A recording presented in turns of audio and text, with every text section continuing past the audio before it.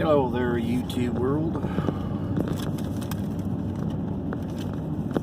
February 21st, 2021. Started this one yesterday, but we had a little equipment failure.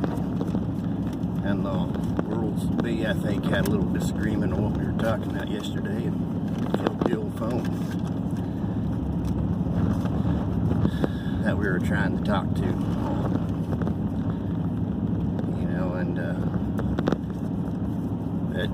That's a nice Sunday afternoon here. We got a skiff of snow last night, big flakes, about 1/4 inch, $half size. About 9 o'clock last night, and had a buddy of mine called me up last night, and so I can say happy birthday over the phone to him anyways, but told him, well, it's snowing here, and he goes, it is. I went and checked on. It was 10:30 and it was already gone. I was like, I'd be damn. So anyways, it was a short-lived snowstorm and a squall.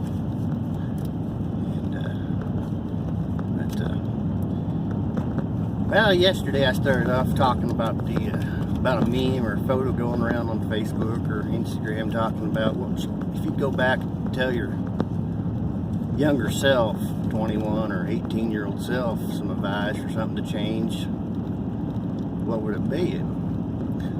You know, it's hard to think that one through if you're a spiritual or divine intervention type person that believes that everything's got a plan in the long run.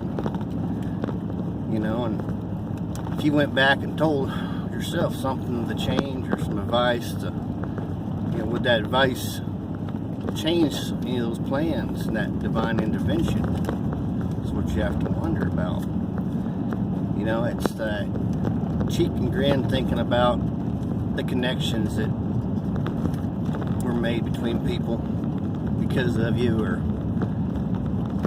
or of somebody else because of, that you made along the way.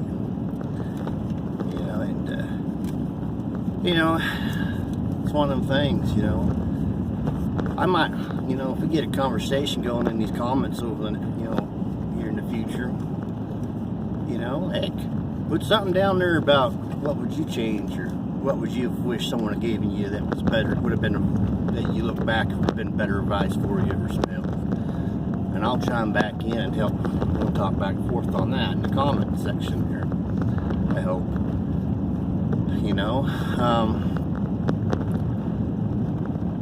It's, I talked about, let's talk about, with that divine intervention and stuff, and believing in the Lord and the God and the Spirit, and telling it's hard not to believe in stuff. And I've had many little plays in my life that proves to me that there is a God. To me, there is, and something will happen. Something will come along just about the time when you need it. And without even asking for it sometimes, and that's some of those rare miracles you get hard to anticipate. Like I say, I was looking back, those connections that you made with people and stuff, and if you didn't do something with that, would have had stopped. If you hadn't made a connection with somebody that didn't work out with you, it ended up being a jump stop, leapfrog to somebody else in the area. And I was talking about this gal I dated years ago. It didn't quite work out for us over the couple-year period of our reunion, of friendship and stuff. And she ended up moving to this little town. Like I said, it didn't work out. She ended up meeting a guy, and I don't know if they're still together, but they got married and had a few kids, and you think about it, it's like, if I kind of didn't play in the hand in that deal, would there be a loss of 3 lives. You know. Yeah, I know I'm thinking too much in that, but, you know, and of course then you have to wonder, how many other lives are you in, you know, did you have a hand into making, you know, that you didn't know about, you know. And it's not just about building personalities or making personalities with people along the way too. I guess that too, you know, eventually, you know, and helping them out, or, you know, and hoping that you're not going to, you know, being too callous that the scars you leave on the next generation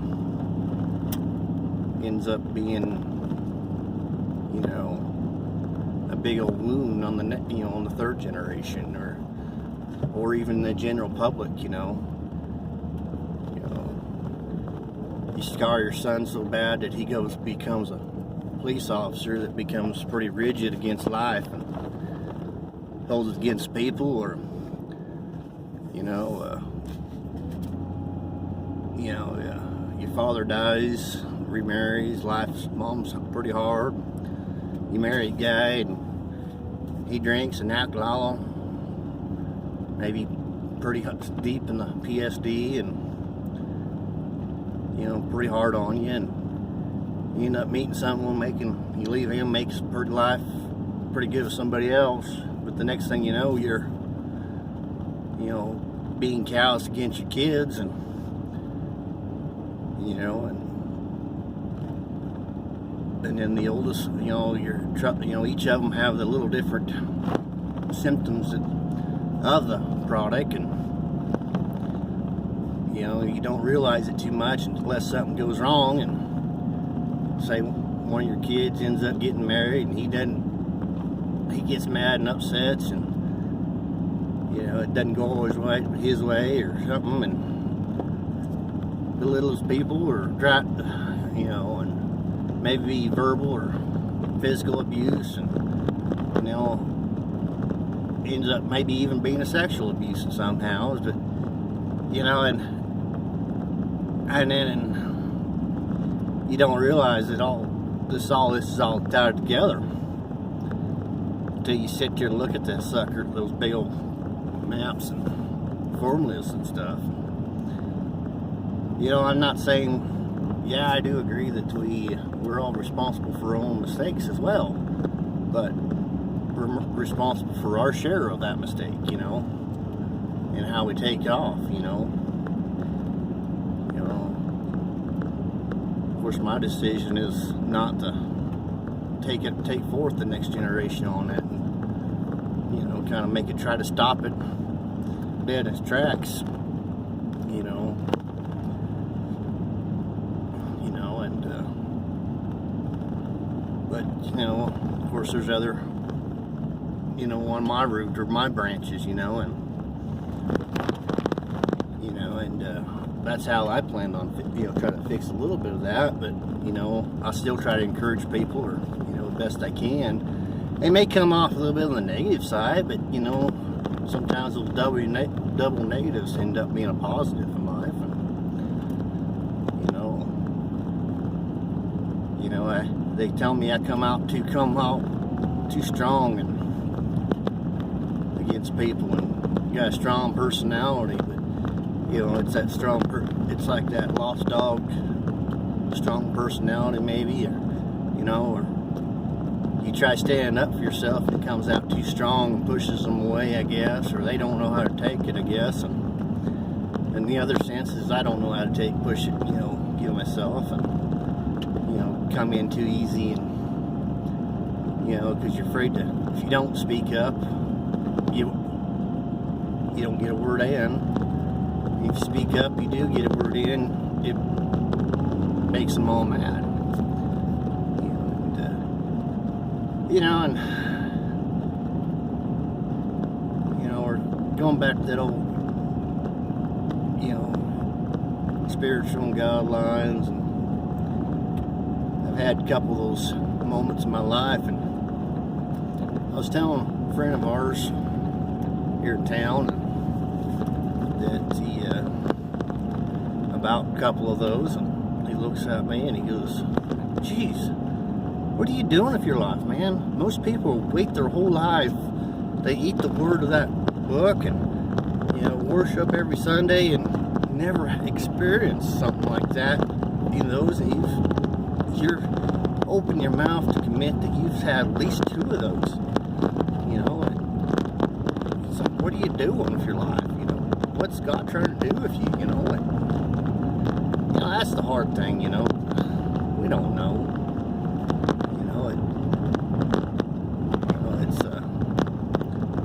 I try to probably like my old cowboy preacher over at Kiowa, Kevin Weatherby, who's South Cowboy, always talks about. He goes, when you're talking to God, and says, "Why didn't you give me this?" or "Why didn't you let me do this?" Because he's like, "Well," God replies back, "Well, heck, it's because you're not doing what I told you to do." It's like, why haven't you done what I've told you, so you can begin the next task? And a lot of times, maybe that's how it is.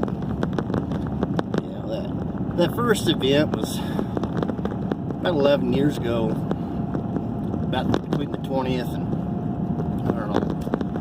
between the 20th and 30th of January, I guess, or maybe somewhere in there, I'm not sure. Yeah, I think that's where it was at. One morning, early morning hours, I was sleeping there in the bed. I have some sleeping problems, I'm sure, and I wonder if I didn't lose consciousness, and that's where I stopped breathing for this moment. And out of the kind of upper right of the sky, or the wall or ceiling, whatever, it's pitch black. I see it's pitch black. And here comes this big hand reaching for me, and it was, whenever it was black, as dark as spades. This shade of black, that hand was darker, and it just about got a hold of me, had its fingers wrapped around me, and started grabbing, lifting me up. And how I knew this event was real to me, as life is, as a leaf blowing across the road, was when I woke up, I was gasping for air and sweating. And so it was very physical and emotional. And so I was fighting everything being me, pushed myself back in the bed as his hands grabbed me and trying to tell me, and I was telling myself to wake up. Come on, wake up, wake up. And it was one of those movements when I opened my eyes, I was able to release myself out of that mattress and kind of wipe the sweat off my brow, and it's like, what the heck just happened? And it's hard to talk about that, or didn't know, I don't know where to reach home for that one. But, the next one was about a year ago on my birthday, over there to see the cowboy. And I was there at service, or at the clinic, as he likes to call them, clinics, because, a lot of cowboy stuff, people go to, horse clinics to learn how to do something, or seminars to do something, it's kind of a seminar for life, or a step-by-step, and talking to, ministry to people, and so I was sitting there, and, I've had some other stuff bugging me past years, like the current sheriff of this county. He's in his 4th term, and that really he was part of an event in my life 18 years ago and stuff, that when he was under sheriff and stuff, and his dishonesty and stuff about stuff. But I guess that's another subject for another story for another subject, anything like that, another day. But and stuff like that, and those kind of thoughts were going through my mind, and all of a sudden I heard a voice that wasn't mine, an internal monologue, type of voice. And the words, just stop. And they repeat themselves. Just stop. You know? And that was, that was a rude awakening for something, for dang sure. And I was in the moment a little bit, and in and out all the time. But, with me, I don't forget little things sometimes, and they revisit, those kind of moments revisit me from time to time, and so we can kind of see what we learned from it, or why we did it that way, or what was going on.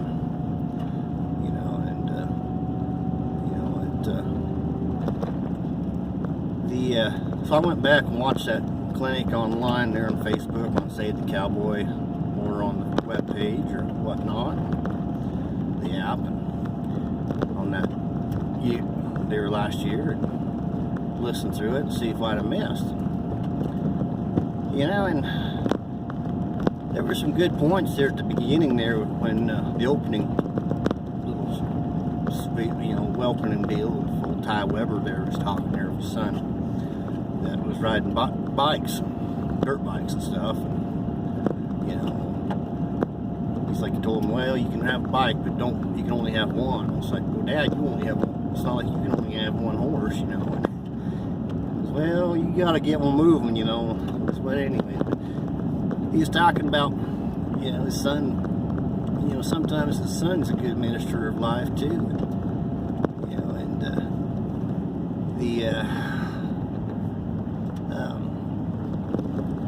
Talking about, well, I got to do a better job talking to God, listening to God, which is very true. I got to do a better job of talking and listening, or following what He's doing, or listening to what He's, But well, I guess for now I better let you go. And so, Words and Talks of Old Jim, episode number 8, and comment, rate, thumbs up, subscribe. Thank you.